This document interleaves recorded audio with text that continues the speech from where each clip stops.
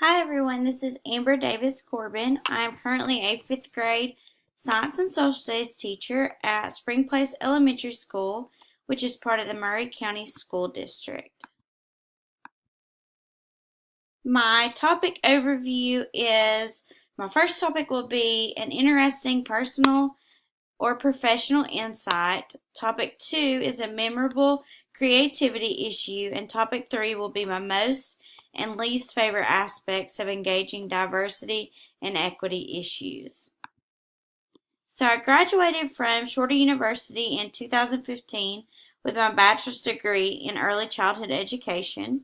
I graduated from Piedmont College in 2017 with my master's in education, and I'm currently pursuing my specialist degree at UGA. Go Dogs!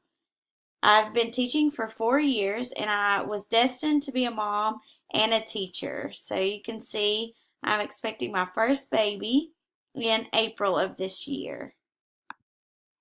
So my personal and professional insights. My belief is I believe that all students have the potential to be lifelong learners who are actively involved in being creative world problem solvers with the guidance, love, and fostering of truly called educators.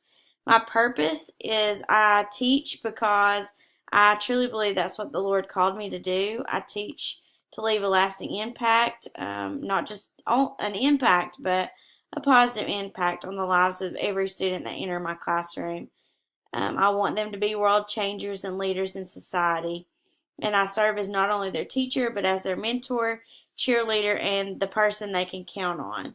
My mission is, within my classroom, my mission is to foster students' individual strengths and creativity regardless of the content area and meet their students' needs where they are.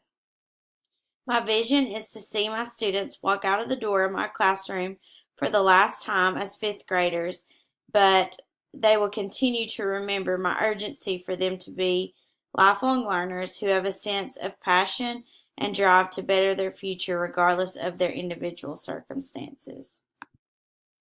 So a memorable creativity issue, I can remember this like it was yesterday, even though I was pretty small.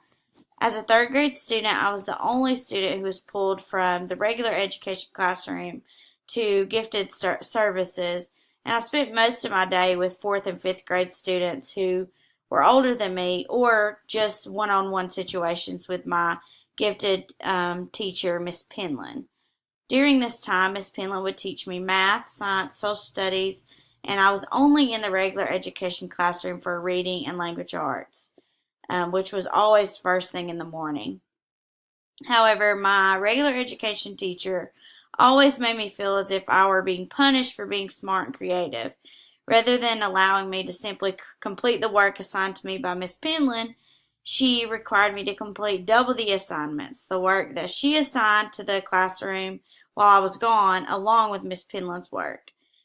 Being the student I was, I never said a word to Miss Penland or my parents about my feeling of being overwhelmed with a workload.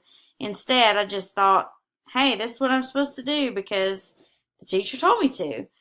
I spent countless hours each night completing assignments I had missed from the regular education classroom, along with completing my creative projects Miss Penland had assigned, which I really enjoyed, those creative assignments.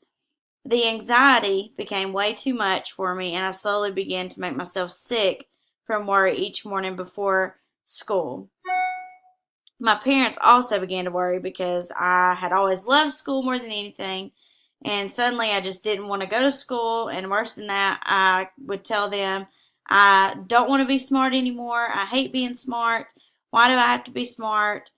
And it really took a toll on me as a student and my desire to be a teacher one day. And it wasn't until the summer that my friend had came to my house for a summer party, and she told my parents that my teacher was not fair to me and made me complete extra work. And suddenly my parents began to understand, and it all made sense to them.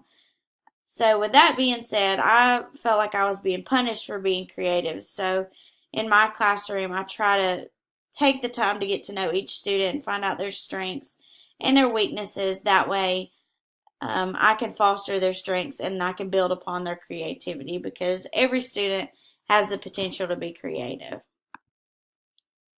My most and least favorite aspects of engaging diversity and equity issues.